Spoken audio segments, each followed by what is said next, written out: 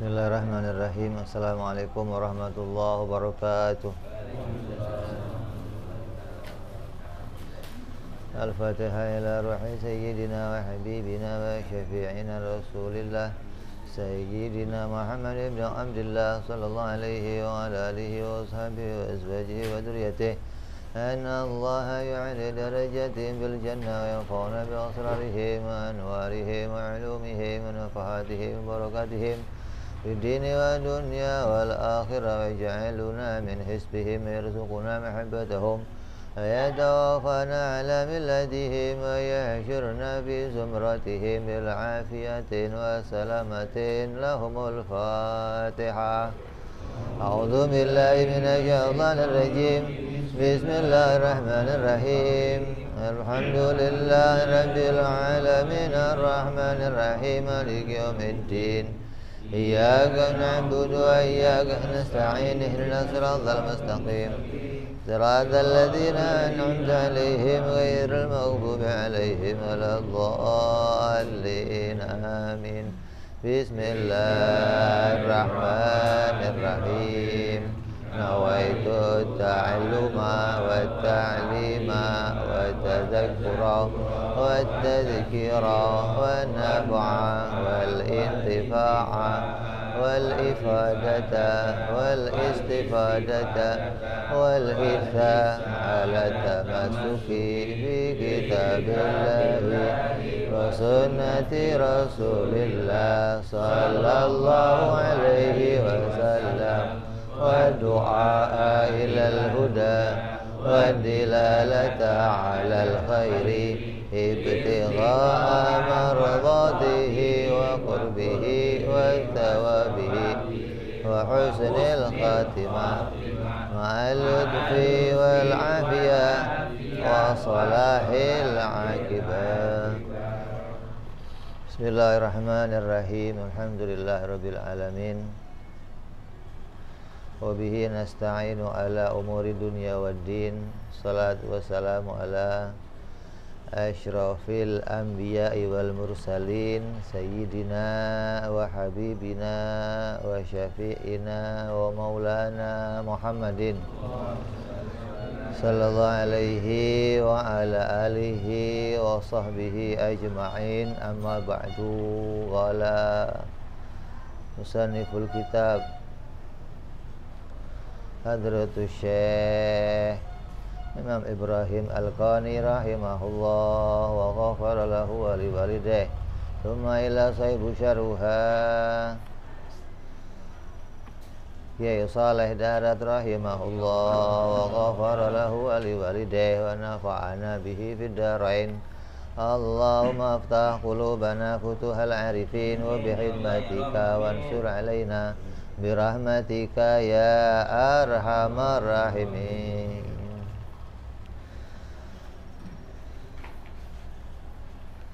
Ila anqal. Kita sampai hari ini pada pembukaan kitab. Kitab ini berjudul Sabilul Abid, jalannya seorang hamba, atau bagaimana seorang hamba merintis perjalanannya, meniti perjalanannya menuju kepada keridhaannya Allah Subhanahu wa ta'ala. Ini sarah dari kitab Jauhar At-Tauhid yang ditulis oleh Syekh Ibrahim Al-Qani. Yang membuat sarah adalah Imam Syekh Kiai Saleh bin Umar Darat dari Semarang. Judulnya Sabilul Abid. Kitab ini sudah diterjemah dalam bahasa Jawa. Dari kitabnya Kiai Saleh ditulis dalam bahasa Jawa. Ini kita mengambil keberkahan dari kitab-kitab atau ulama-ulama Jawa yang mereka semuanya adalah orang-orang yang berdasarkan ajaran Ahlus Sunnah wal Jamaah. Jadi jangan dikira Ahlus Sunnah itu ajaran baru di tanah Jawa, bukan, tapi sudah sejak zaman dahulu, sejak zaman pertama Islam berkembang di Indonesia. Itu semua para ulamanya berdasarkan ajaran Ahlus Sunnah wal Jamaah. Siapa Ahlus Sunnah wal Jamaah? Kata Imam Az-Zabidi yang mensarai kitab Ihya Ulumuddin, dikatakan yang namanya Ahlus Sunnah wal Jamaah adalah mereka yang mengikuti di dalam keimanannya pemahaman Imam Abu Hasan Al-Asy'ari dan Imam Abu Mansur Al-Maturidi. Maka orang yang mengikuti jalannya kedua orang ini maka disebut Ahlus Sunnah wal Jamaah. Hingga di dalam madhab fikihnya maka mengambil salah satu dari 4 madhab. Ada Imam Abu Hanifah, Imam Malik, Imam Syafi'i atau Imam Ahmad ibnu Hambal. Maka itulah jalan atau secara umum. Kemudian di dalam tasawufnya mengikuti Imam Junaid Al-Baghdadi atau Imam Al-Ghazali radhiyallahu anhu. Jadi ajaran Ahlus Sunnah wal Jamaah adalah sesuatu yang menjadi thariqah yang berjalan sejak zamannya para sahabat-sahabat Nabi Muhammad sallallahu alaihi wasallam hingga terus kepada jalan kita hari ini. Maka kitab ini diantara kitab-kitab yang ditulis oleh ulama-ulama kita yang menunjukkan bahwa jangan sampai kita keluar dari jalannya pendahulu para ulama, terus mengikuti ulama-ulama baru yang mengajak kita kembali pada Al-Quran dan hadis dengan meninggalkan kitab-kitab kuning, meninggalkan kitab-kitab para ulama tanpa mengambil pemahaman dari mereka. Maka kita diajak mundur, bukan diajak maju, bukan, kita diajak mundur dari memahami agama. Kenapa? Karena dengan jalan modal memahami Al-Quran dan hadis, maka itu membutuhkan pemahaman keilmuan yang sangat luas, butuh berpuluh-puluh fan ilmu untuk langsung memahami Al-Quran dan hadis. Sedang kita sudah dimudahkan oleh para ulama yang mana mereka yang telah memiliki keilmuan untuk memahami itu membuat penafsiran-penafsiran, membuat mata pelajaran hingga kita bisa mudah mengikuti untuk memahami agama dari mata pelajaran yang telah mereka buat, telah mereka siapkan. Jadi nggak perlu kita langsung menggali dari Al-Quran dan hadis dengan kemampuan yang terbatas seperti kita. Maka tidak ada jalan lain kecuali kita memahami agama dari jalannya para ulama, dari kitab-kitabnya mereka, dari apa yang dirumuskan mereka, hingga pemahaman mereka sampai pada memahami Al-Quran dan hadis secara sempurna, secara menyeluruh, sebagaimana yang diajarkan Nabi Muhammad Sallallahu Alaihi Wasallam. Jadi kita akan mengambil hikmah pelajaran dari Syekh Ibrahim Al-Qani yang mudah-mudahan kitab yang matan yang beliau susun, yang beliau rangkai bisa membawa kita mendapatkan tambahnya keilmuan, tambahnya keimanan, tambahnya pemahaman tentang Allah Subhanahu wa taala, tentang Rasulullah sallallahu alaihi wasallam.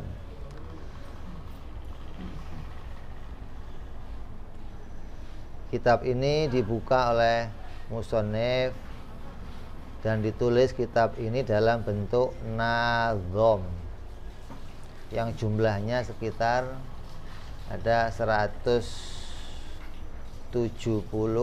nazom atau ada 170 bait.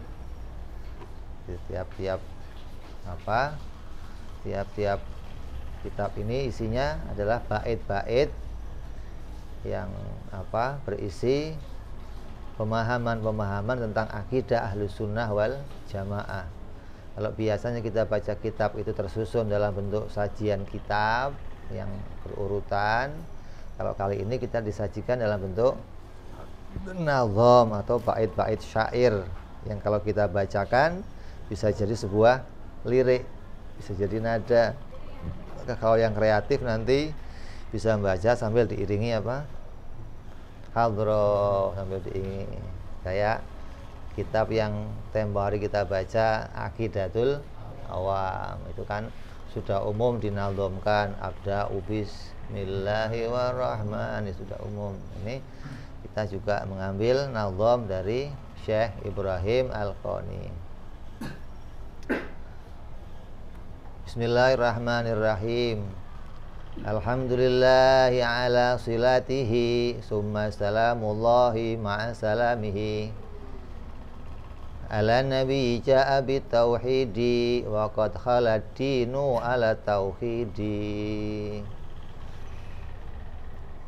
Artinya segala puji bagi Allah atas segala pemberian-pemberiannya.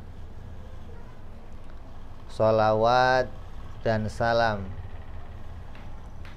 senantiasa tercurahkan kepada Nabi Muhammad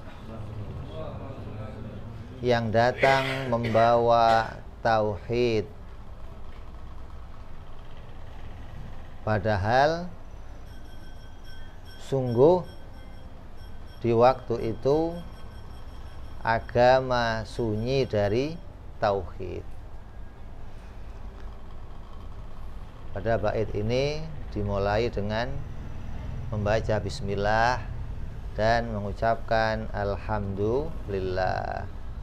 Beliau musannif memuji kepada Allah Subhanahu wa taala atas segala kenikmatan yang diberikan oleh Allah Subhanahu wa taala kepada dirinya.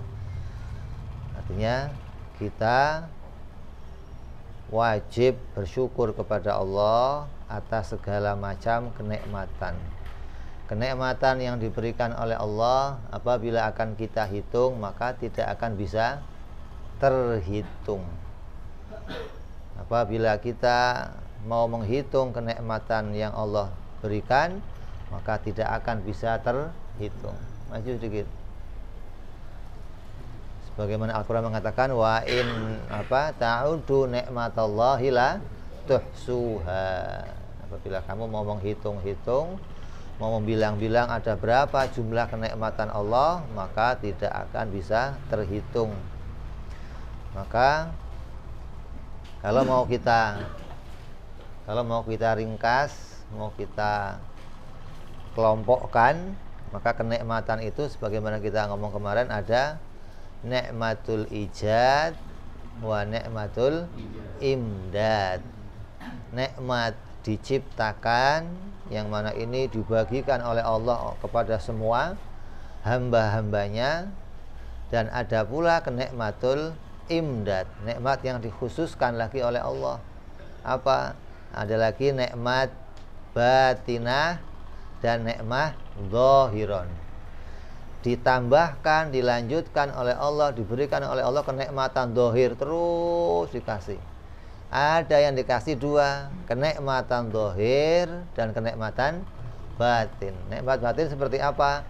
Diberikan di hatinya keimanan oleh Allah Subhanahu wa taala.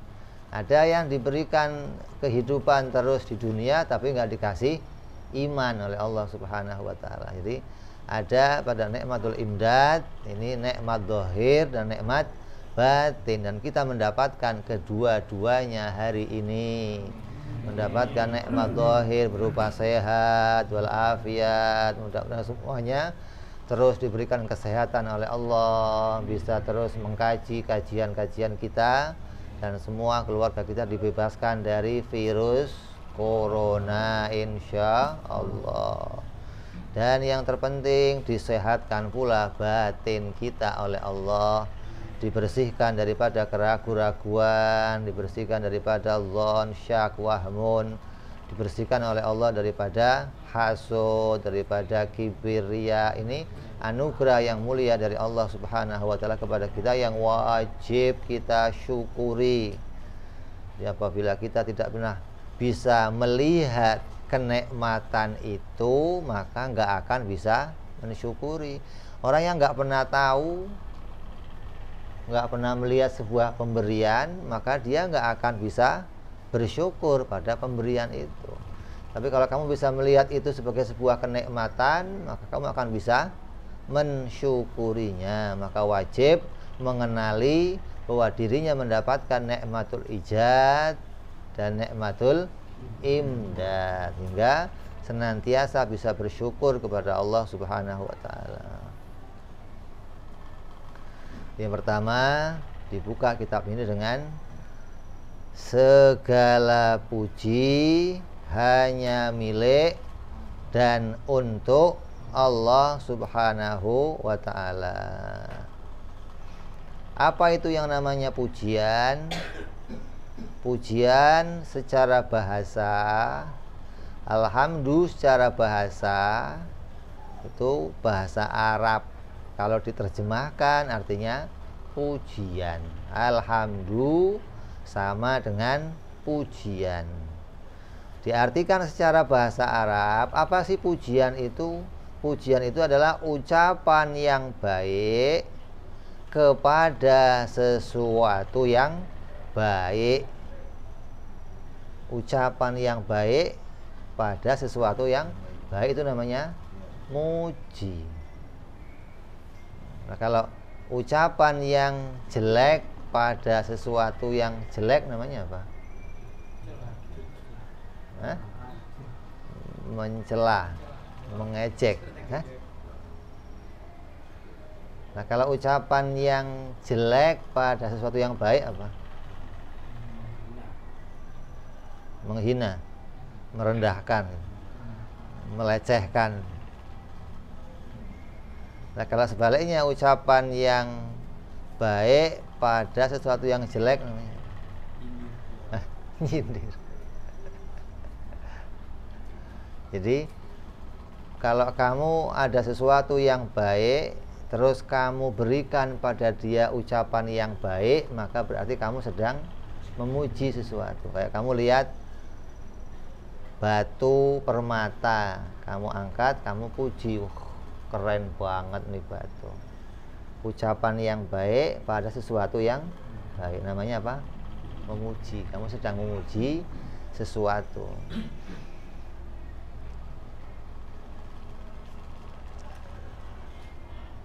Baik itu dengan tujuan untuk memuliakan, tujuannya muji itu untuk memuliakan, maka asalnya memuji itu bisa karena mendapatkan kenikmatan atau tidak mendapatkan kenikmatan. Jadi muji itu asalnya mau mengangkat loh, mau apa? Menjunjung, mau memuliakan. Wah, ini orang hebat, ini orang baik, ini orang soleh, ini orang dermawan. Ini tujuannya pujian itu mau mengangkat derajat sesuatu yang dipuji. Lah, asalnya memuji itu apa? Baik karena dia mendapatkan sesuatu ataupun tidak karena mendapatkan. Kalau kamu dapat sesuatu terus muji yang ngasih, pantas namanya. Hah? Anjing kamu kasih tulang, itu ekornya kibas-kibas ya. Tanda apa itu? Mau kawin? Bukan, tanda terima kasih maksudnya. Maka manusia juga begitu. Kalau manusia dikasih kebaikan, maka dia pantasnya akan memuji sama yang ngasih. Lah kalau enggak dikasih kebaikan tapi memuji, tujuannya memuliakan, ini juga bagian dari disebut sebagai pujian secara bahasa gitu loh. Jadi kalau kamu kok muji Cina, kamu muji orang kafir, kamu muji wah kaya banget, wah hebat banget, wah keren banget, boleh nggak? Boleh, karena itu pujian secara bahasa. memuji sesuatu, memberikan ungkapan yang baik pada sesuatu yang baik, bukan melihat statusnya apa saja, mau itu benda mati, mau itu benda hidup, mau itu cincin, mau itu mobil, mau itu perbuatan seseorang, apabila kelihatan pada diri kita kok ada sisi kebaikan, maka ketika kamu berikan dia ungkapan yang baik, maka disebut kamu memuji, gitu loh. Jadi nggak harus, kalau orang kafir nggak perlu dipuji, ya boleh saja. Tapi itu hanya pujian secara bahasa. Misal, jika engkau dimuliakan oleh si Zaid, kemudian engkau berkata sama si Zaid, Zaid itu orang yang mulia. Kamu dihormati sama si Zaid, dijamu sama si Zaid, terus kamu keluar kata-kata Zaid itu orang yang mulia. Ini namanya apa? Pujian.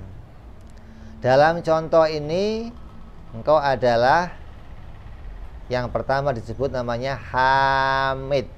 Jadi untuk terjadi sebuah pujian itu harus ada 5 rukun. Untuk terjadi sebuah pujian harus ada 5 rukun. Yang pertama namanya hamid, bukan nama orang, bukan. Tahu ini hamid tuh. Hamid itu maksudnya ada orang yang memuji. Yang kedua namanya mahmud, orang yang dipuji. Ada hamid, ada mahmud. Terus ada lagi mahmud alaih. Kenapa dia memuji? Ada mahmud bih. Apa yang menjadi sebabnya dia memuji? Terus baru namanya hamdun yang kelima, lafaz atau kalimat pujiannya. Jadi ada hamid, ada mahmud, ada mahmud alaih, ada mahmud bihi. Ya. Kenapa tiba-tiba dia itu memuji seseorang? Maka itu menjadi bagian dari rukunnya sebuah pujian. Maka dicontohkan di sini ada hamid, yang muji siapa? Umpamanya si Zaid. Yang muji umpamanya engkau atau seseorang. Terus yang dipuji siapa? Si Zaid. Nah, ungkapannya apa? Zaid itu orang yang dimuliakan. Ini bentuk lafaz pujian yang disertai Zaid itu mendapatkan sebuah kenikmatan dari kita mendapat kenikmatan, seseorang mendapat kenikmatan dari si Zaid. Dia diajak makan, disuguhin macam-macam, maka karena mendapat itu semua dia memuji si Zaid. Adapun pujian yang bukan karena kenikmatan, seperti engkau melihat si Zaid, tapi Zaid itu kamu lihat sebagai orang yang ahli ibadah. Tiap hari ke masjid, mondar-mandir, dia taat, dia pergi ngerjain aktivitas yang baik-baik. Maka kemudian kamu muji si Zaid. Zaid itu anak yang soleh, Zaid itu orang yang soleh. Maka itu bagian dari pujian, walaupun kamu tidak mendapatkan satu kenikmatan. Maka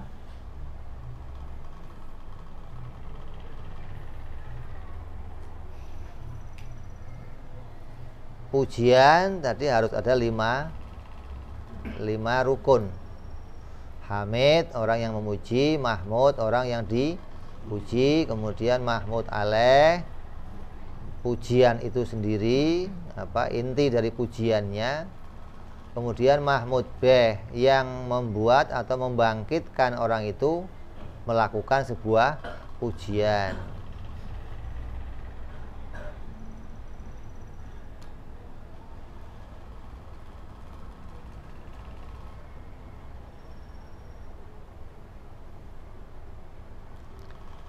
Terus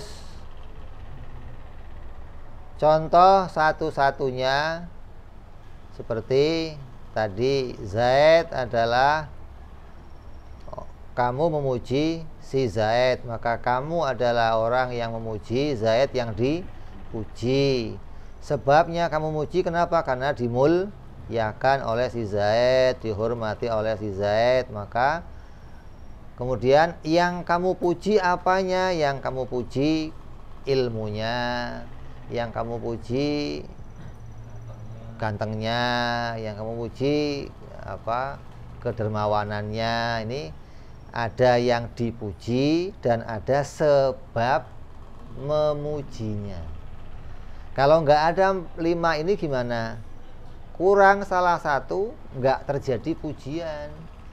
Ada sebuah pujian umpamanya, tapi nggak ada yang muji, bisa? Yang muji nggak ada, bisa nggak? Ada pujian, tapi yang dipuji nggak ada. Kamu muji-muji, katanya. Kamu muji siapa? Nggak bisa siapa? Bisa? Ya nggak terjadi sebuah pujian. Kamu muji, tapi nggak ada sasaran yang kamu puji, ya nggak bisa. Kamu muji, nggak ada sebab yang membangkitkan kamu muji, ya nggak bisa. Namanya apa? Ngelindur. Tahu-tahu muji, kenapa? Ya pengen ngomong aja, ngelindur nih orang. Ngigo namanya. Jadi untuk menjadi sebuah pujian harus ada 5 rukun. Itu baru nanti lafadz pujiannya. Alhamdulillah, atau pujian kepada makhluk. Z itu anak yang soleh, Z itu anak yang mulia, Z itu orang yang baik, Z itu orang yang rajin. Ini kalimatnya. Kemudian muncul kalimat pujian setelah 4 rukun di atasnya terpenuhi. Nah, terus macamnya pujian ada 4.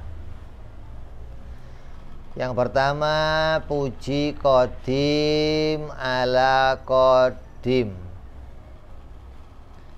yaitu pujian Allah kepada dirinya sendiri. Allah memuji kepada dirinya sendiri. Wong kamu aja suka muji diri kamu. Pernah nggak? Nggak pernah. Kan kepedean kamu kadang. Kalau sambil ngaca. Apalagi yang udah sepuh-sepuh bisa semir gitu. Singet. Keras tambah.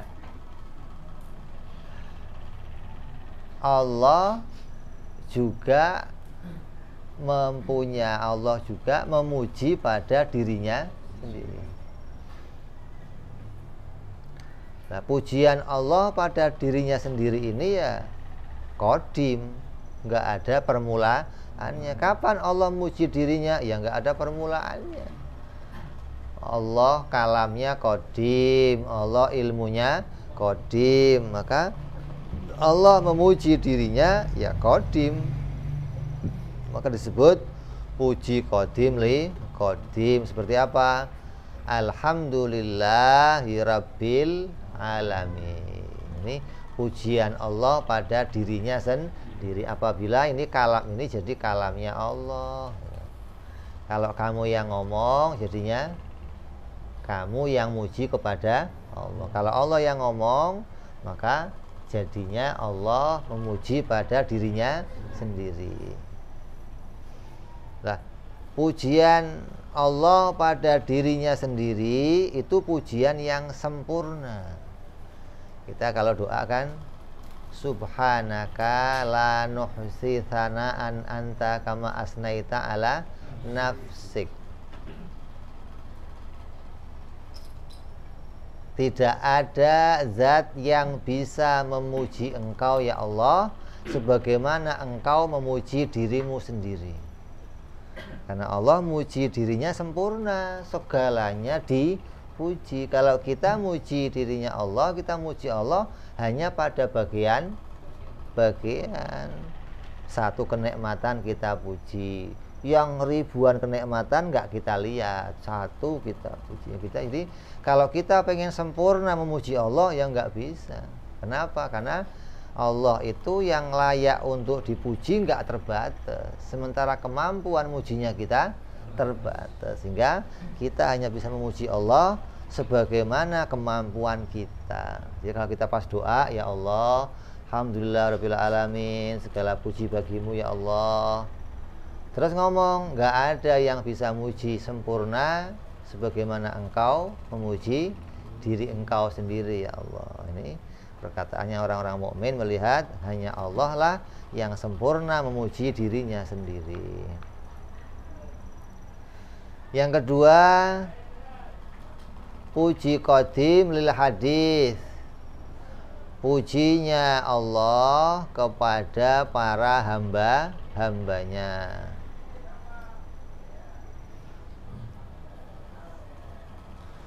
Seperti Allah memuji para nabi-nabinya. Allah memuji para nabi, innaka la'ala khuluqin azim. Sungguh wahai Nabi Muhammad sallallahu alaihi wasallam, engkau adalah orang yang mempunyai akhlak yang paling mulia. Ini Allah memuji nabi.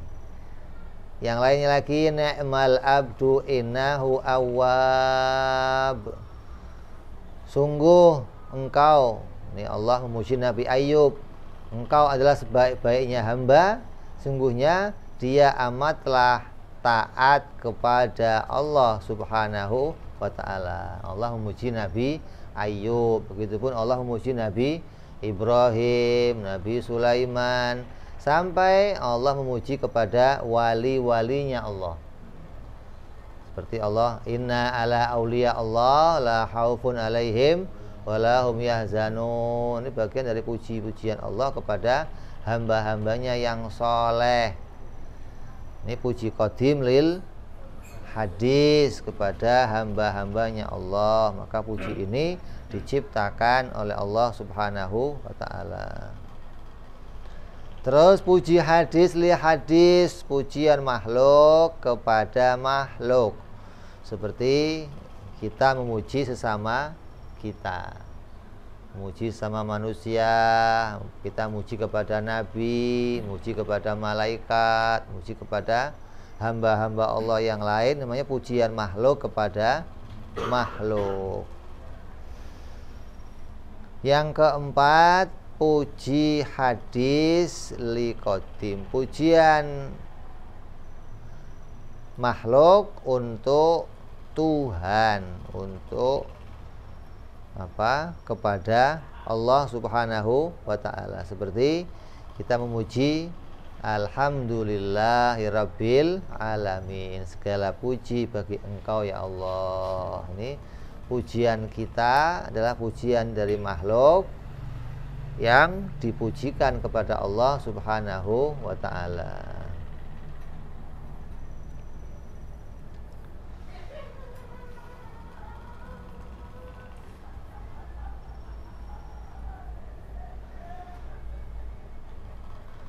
Maka puji yang empat tadi, kalau mau disenderkan kepada Allah subhanahu wa ta'ala, maka maknanya pujian yang pertama itu untuk Allah atau haknya Allah. Puji yang tiga itu miliknya Allah. Kalau kita mau jadikan apa di dalam bacaan, segala puji, kita sering dengar kan orang ngartiin penerjemah itu, segala puji hanya milik Allah.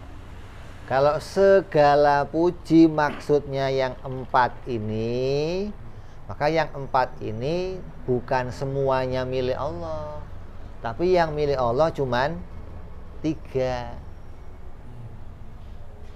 Yang tiga apa saja? Pujian Allah kepada makhluk, pada para nabi. Pujian makhluk kepada makhluk. Pujian makhluk kepada Allah. Itu dimiliki oleh Allah. Nah, kalau pujinya Allah pada dirinya Allah sendiri yang nggak diciptakan, itu qadim, maka itu nggak dimiliki oleh Allah. Dimiliki itu maknanya diciptakan oleh Allah. Nah, kalau puji qadim ala qadim itu haknya Allah. Maka kalau mau dimaknai alhamdulillah itu diartikan segala puji hanya milik dan untuk Allah. Kalau segala itu masuk pujian yang 4 ini. Kan segala itu kan banyak. Kamu kalau tanya sama orang, ada orang nafsirkan segala puji bagi Allah. Segalanya itu ada berapa? Tanya. Hah? Kalau kamu ngomong segala puji bagi Allah, segalanya itu ada berapa? Ada berapa? Ada 4 ini. Artinya segala macam pujian jumlahnya cuman 4 gitu loh. Jadi sedunia sampai akhirat ada bentuk pujian. Kalau mau kita mau kita perincikan, mau kita kumpulkan, maka semuanya hanya jadi 4 macam pujian saja. Nah, kalau kita kemudian mau kembali kepada Allah, segala puji itu yang 4 tadi, yang menyeluruh itu milik dan untuk Allah. Yang milik mana?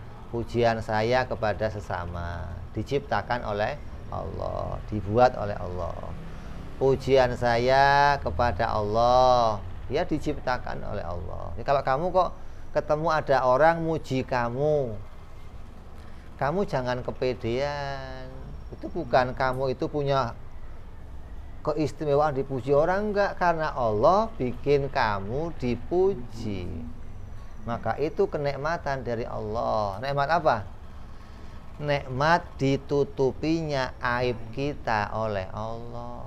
Kalau kamu dibuka aibnya, boro-boro orang mau dongeng sama kamu, mau muji kamu, lihat kita sumpek orang. Kalau aib kita dibuka oleh Allah, orang nggak akan mau muji kita. Kalau ada orang kok masih mau muji kita, maka itu adalah diciptakan oleh Allah. Kita harus sadari, bukan saya yang patut terpuji. Kok ada orang muji orang lain, ada orang muji sana. Ini Allah yang menjadikan pujian-pujian ini. Ada seseorang dalam satu hari sebentar dipuji, sebentar dijatuhkan, bentar lagi dipuji lagi, bentar lagi dijatuhkan. Itu udah biasa. Jadi kamu jangan baper. Ya, ada baper ya? Apa baper? Kalau ada orang muji lain, untuk kalau dicaci lain. Udah jangan. Kalau ada orang nyaci, ya kita lihatnya nih Allah lagi jadikan ujian pada saya. Jadi kita hanya melihat yang menjadikannya itu hanya Allah. Maka segalanya akan jadi alamat kepada keberadaan Allah Subhanahu wa ta'ala. Kalau nggak lihat ke situ, nanti akan kita tuduh muncul dari selain Allah. Pujian saya kepada sesama, saya bisa muji Allah, itu karunia Allah. Ada orang yang nggak bisa muji Allah, sampai Allah itu nggak, sampai kenikmatan Allah nggak terlihat pada dirinya. Nikmat yang segini gedenya ini nggak terlihat bagi dia. Allah nggak pernah ngasih nikmat. Kapan datangnya Allah ngasih nikmat? Dikira kalau ngasih itu, nih terima nih. Dikira kayak anak kecil didatangi sama pakai apa? Permen. Makanya orang-orang PKI kalau ngajarin apa itu? Coba minta permen sama Allah, gitu, dikasih enggak? Coba minta permen sama Bu Guru, dikasih enggak? Nih, jadi Allah itu enggak ada, Bu Guru ada. PKI itu begitu ngajarinnya. Nanti mau mengajarkan bahwa kenikmatan Allah itu nggak ada gitu loh. Kalau kamu mendapat sesuatu ya karena usaha kamu atau pemberian orang lain, bukan Allah yang mendatangkannya. Ini harus kita rubah.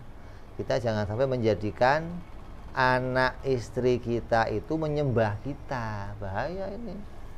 Kamu bisa nyetak anak istri kamu nyembah kamu. Kamu jadi Fir'aun kedua maksudnya. Ketika apa? Ketika kamu menyampaikan bahwa rezeki yang kamu kasih tiap hari ke anak kamu, ke istri kamu anggap itu dari saya ini. Hingga anak kamu, bini kamu menganggap ya itu dari usahanya laki saya. Nanti begitu lakinya mati, baru anak bininya gerung-gerung. Wah, Tuhan saya mati. Sekarang yang ngasih saya makan siapa lagi? Yang ngasih nafkah saya siapa? Nah, coba dari awal dikasih tahu ini ada rezeki dari Allah. Ini Allah titipan dari Allah ini, hingga ketika dia mati nggak ada urusan, Allahnya nggak mati. Yang nganterin biarin mati, yang lain masih ada yang nggak mati gitu loh. Jadi kamu nggak menjadikan kamu sebagai Tuhan, ini bahaya. Jadi banyak orang begitu suaminya meninggal, istrinya stres, istrinya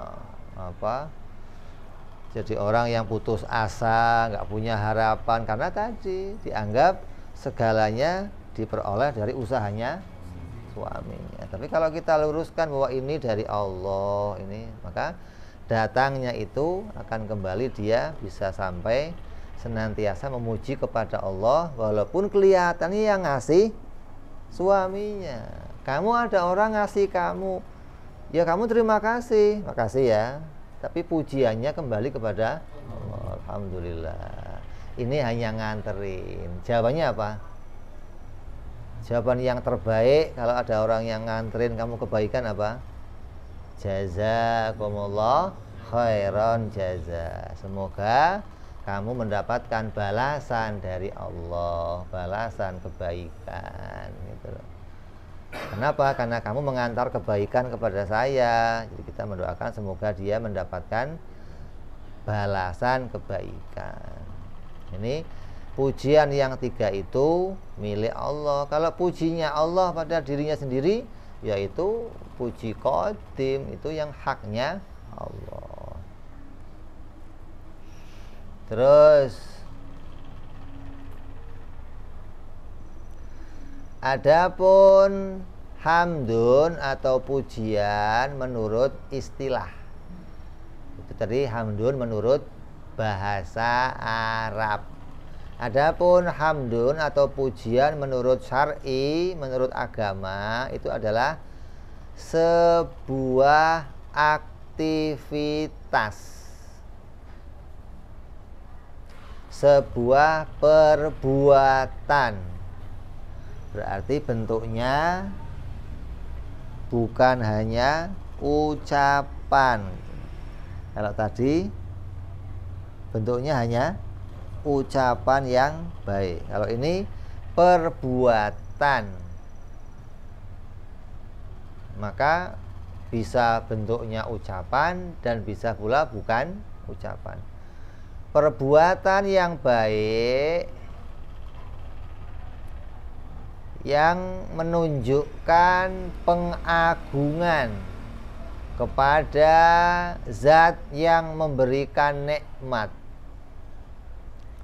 Jadi sebuah aktivitas perbuatan yang sengaja kamu tampilkan, yang tujuannya mau mengagungkan, memuliakan yang memberikan kenikmatan.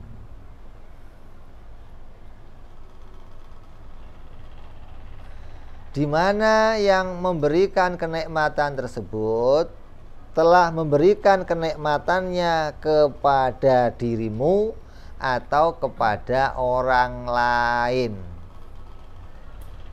Kamu dapat kenikmatan sehat, ngucapin alhamdulillah. Allah maha baik, segala puji bagi Allah. Yang muji siapa? Saya. Yang dipuji siapa? Allah. Kenapa muji? Mendapatkan kesehatan. Apa yang dipuji? Yang dipuji apanya? Kebaikannya, kekarimannya. Yang dipuji ada. Sebabnya muji mendapatkan kebaikan, kesehatan, mendapat iman, lulus sekolah, dapat pekerjaan, bini yang ketiga, dapat. Iya, masa nggak bersyukur ya? Alhamdulillah dong. Hah? Kalau 2 susah 3. Makanya kalau 2, maka wajib syukur. Nah, jadi ada yang muji, ada sebabnya muji, ada yang dipuji apanya gitu loh. Nanti muji kekuasaannya, nanti melihat kucing ada belalainya, namanya subhanallah, maha kuasa Allah. Yang kamu puji apanya? Kekuasaannya, kemampuannya menjadikan sesuatu ya. Kalau kata ulama, kalau kamu sudah mengatakan subhanallah, mestinya jangan lagi bingung. Kalau belum subhanallah, bingung. Kalau subhanallah, pasti bisa gitu. Masa bikin gitu aja nggak bisa? Tuhan kok nggak bisa? Kalau sedang mau subhanallah, maha suci Allah, dari nggak bisa bikin begini, nggak bingung lagi gitu loh. Artinya sebelum subhanallah, bisa ya gitu. Subhanallah ya mesti bisa nih, mah bikin begini aja masa nggak bisa gitu loh. Nah, jadi jangan ada orang subhanallah tapi masih bingung, kok bisa ya? Mau subhanallah kok bisa? Subhanallah pasti bisa gitu. Subhanallah kok bisa? Ini kadang nggak kenal sifat kudratnya Allah. Jadi ada yang dipujinya itu ada yang jadi sebab kita memuji. Jadi pujian menurut syariat itu harus perbuatan yang sengaja kamu tampilkan, baik itu bentuknya 3, bisa hanya dalam hati, bisa dalam ucapan, bisa dalam perbuatan.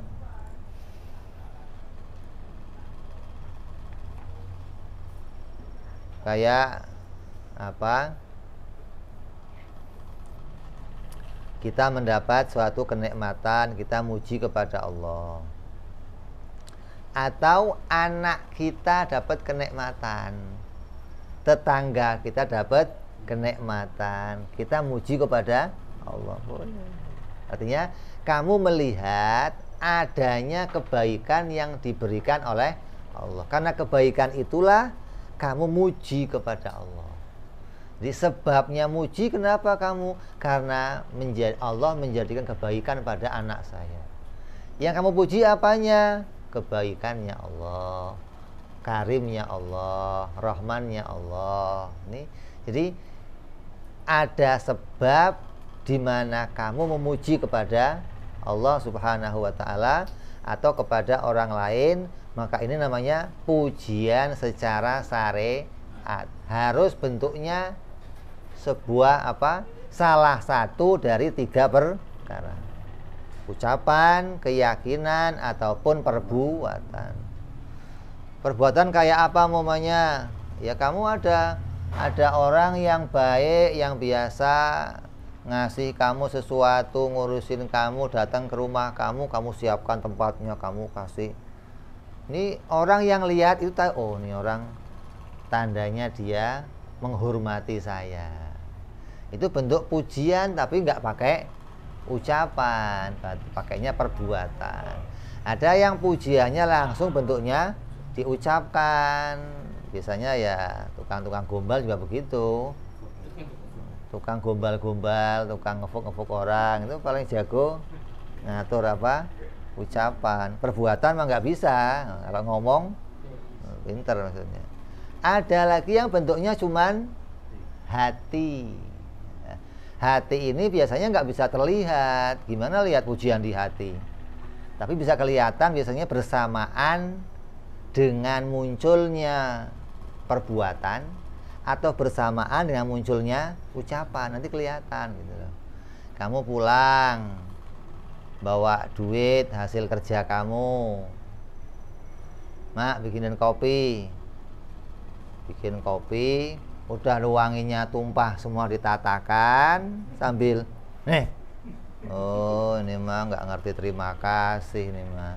Dia nggak usah ngomong, kelihatan sama-sama ngasih teh, sama-sama ngasih minuman, tapi dalam hatinya nampak nih orang nggak seneng nih. Jadi kalau cuman hati doang nggak nampak, tapi biasanya akan nampak ketika dibarengi sama perbuatan atau ucapan. Kasih duit seharian pak kerja, iya berapa nih, makasih. Lu makasih apa? Nah, itu kayaknya sama-sama ngucapin tapi kelihatan gitu loh, yang di hatinya kelihatan gitu loh. Jadi perbuatan itu sama dengan kita kepada Allah. Ada orang sholat subuh muji kepada Allah, ya pokoknya bismillahirrahmanirrahim, alhamdulillahirrahmanirrahim, pokoknya keluarnya apa aja yang penting sholat subuh. Bukan betul-betul muji Allah, alhamdulillah pagi saya dibangunkan ya Allah, kau kasih saya kesempatan hidup lagi ya Allah. Pujiannya betul-betul muncul dari hati. Enggak, saking kesel dibangunin bismillahirrahmanirrahim. Orang muji ya Allah, apa sholat, apa-apa. Ya, kalau dia betul-betul muji kepada Allah, betul dia menyampaikan pujiannya ya dengan hatinya, dengan ucapannya, dengan perbuatannya, disempurnakan semuanya. Bukan hanya menampilkan salah satunya saja, tapi yang lainnya nggak tampil. Apalagi hati ini akan kelihatan ketika ada pekerjaan atau perbuatan yang membarenginya akan nampak tuh. Ini ada pujian di hatinya atau enggak ada. Lah, pujian yang bentuknya 3 ini, maka ini jadi amal yang dapat pahala gitu loh. Ada amal gerakan, ada amal ucapan, ada amal hati. Nah, ini yang dapat pahala. Kalau secara bahasa ya nggak dapat pahala. Kalau secara syariat maka itu akan dapat pahala. Artinya ada kebaikan yang akan diperoleh ketika seorang itu sengaja menampakkan perbuatan yang baik atau ucapan yang baik kepada sesuatu yang baik yang telah memberikan satu kenikmatan, baik sama orang ataupun kepada Allah. Kan dikatakan man lam yashkurin nas lam yashkurillah. Siapa yang nggak bisa bersyukur sama manusia, dia nggak bisa syukur kepada Allah. Artinya nggak ada jalannya gitu loh. Jalannya kita syukur kepada Allah itu ada pula yang jalannya lewat orang ini, orang nganterin kebaikan. Jadinya kita makasih ya kamu, mudah-mudahan dapat balasan yang banyak, kebaikan yang banyak. Kenapa? Kamu nganterin kebaikan yang datang dari Allah kepada saya. Ini bentuk seorang bisa memuji kepada Allah karena tahu dia didatangkan kebaikan oleh Allah Subhanahu wa ta'ala. Maka pujian yang seperti itu pujian yang mendatangkan kebahala atau kebaikan bagi kita. Ini namanya pujian secara syariat. Bentuknya harus sebuah perbuatan atau ucapan atau keyakinan. Oleh karena itu saat seseorang hamba melakukan perintah Allah dan menjauhi larangan Allah, maka itu dinamakan hamid. Orang yang sedang memuji kepada Allah dengan pengertian hamid secara istilah. Hamid secara istilah agama. Hamid secara istilah itu sama pula dengan syukur secara bahasa. Nanti kaitannya sama syukur. Ada memuji, ada syukur itu kaitan.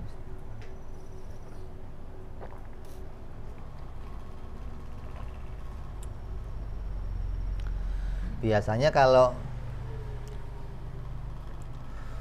udah ada syukur baru muncul puji. Biasanya syukur dulu, makasih bro, ya biasanya apa, syukur dulu yang muncul, baru muncul pujian. Oh lu baik banget sih, makasih nih, lu baik banget sih. Ini kaitannya biasanya syukur itu sama puji lah. Pujian sama syukur pengertiannya sama, hanya beda lafadznya saja. Yang satu syukur, yang satu hamid. Isinya sama, ucapan yang baik pada sesuatu yang baik.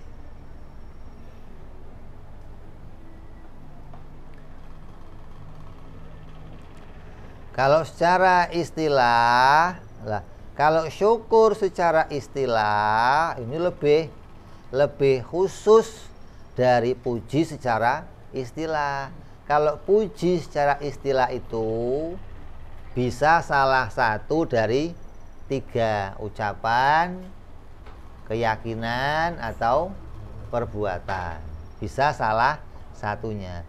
Tapi kalau syukur secara istilah, maka harus 3-tiganya jadi satu.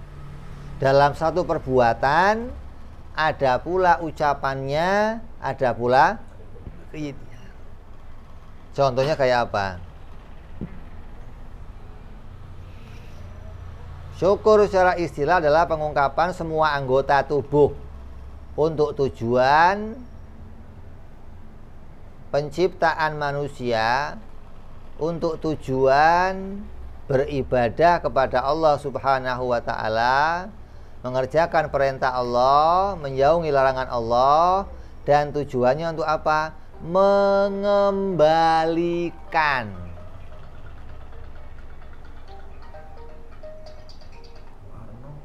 kurang ajar memang.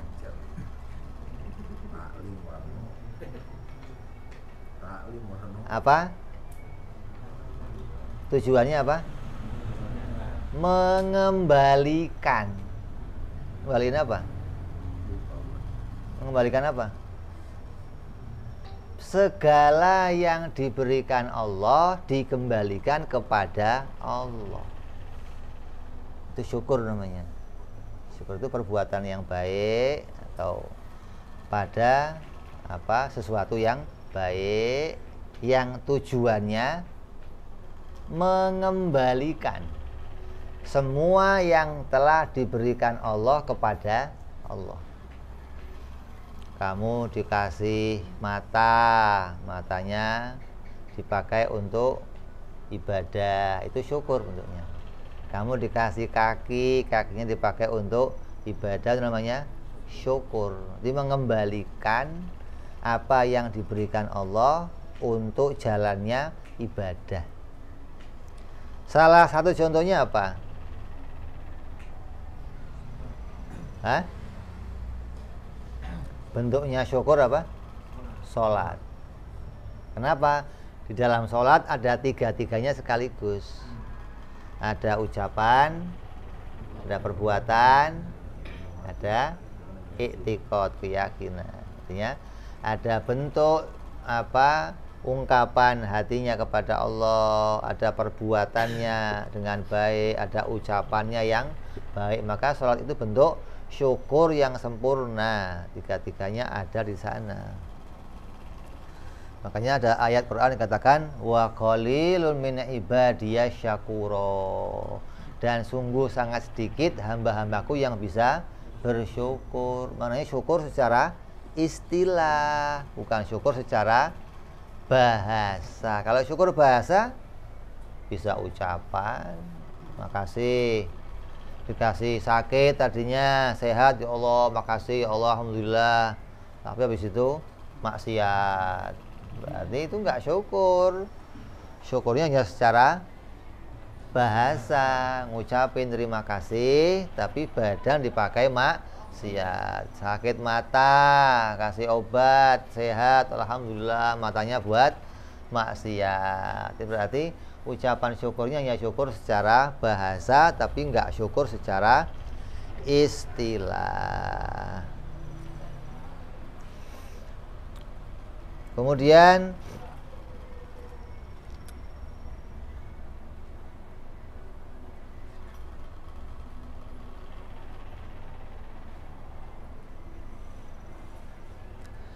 pada hakikatnya pujian dan syukur itu adalah miliknya Allah Subhanahu wa ta'ala. Kita itu hanya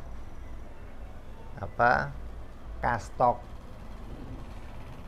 hanya cantelan, tempat dicantelin. Mau dikasih syukur nih, mau dikasih hamid nih, ada yang nggak dikasih, ada yang syukur nggak dikasih, muji nggak dikasih. Ini hakikatnya yang menampakkan itu semua pada diri kita atau pada orang lain adalah Allah. Jadi kalau ada orang kok muji kita, kita muji orang, itu hakikatnya Allah yang sedang menjadikan pujian-pujian tersebut kepada seseorang. Ini maknanya pujian dan syukur. Kemudian makna yang berikutnya, salamullah, adalah pengagungan dan penghormatan kepada Nabi Muhammad sallallahu alaihi wasallam. Ini makna yang kedua dari bait yang pertama adalah memuji kepada Allah, terus bersolawat kepada Nabi Muhammad sallallahu alaihi wasallam. Maka pembahasan sholawat kita akan lanjutkan yang akan datang insyaallah. Wallahu a'lam bishawab. Wa ila hadratin nabi. Al-Fatihah. A'udzu billahi minasyaitonir rajim. Bismillahirrahmanirrahim. Alhamdulillahi rabbil alamin arrahmanir rahim maliki yaumiddin. Iyyaka na'budu wa iyyaka nasta'in ihdinas siratal mustaqim. صراط الذين أنعمت عليهم غير المغضوب عليهم ولا الضالين آمين. يا ربنا اعترفنا بأننا اقترفنا وأننا أسرفنا على لظى أشرفنا فأتوب علينا توبة تغسل كل حوبة وصلنا عوراتي وآمن رواتي واغفر لوالدينا ربي ومولودينا والآل والإخوان وسائر الهلان وكل ذي محبة أو جيرة أو صحبة والمسلمين أجمع آمين ربي اسمع فضلا وجودا منا لا باكتساب منا بالمصطفى رسولي نهضى بكل سولي صلى وسلم ربي عليه عند الحب وآله وصحبه عداد طاسي سحبي والحمد للإله في البدع والتناهي سبحان ربك رب العزة عما يصفون وسلام على المرسلين والحمد لله رب العالمين. Assalamualaikum warahmatullahi wabarakatuh.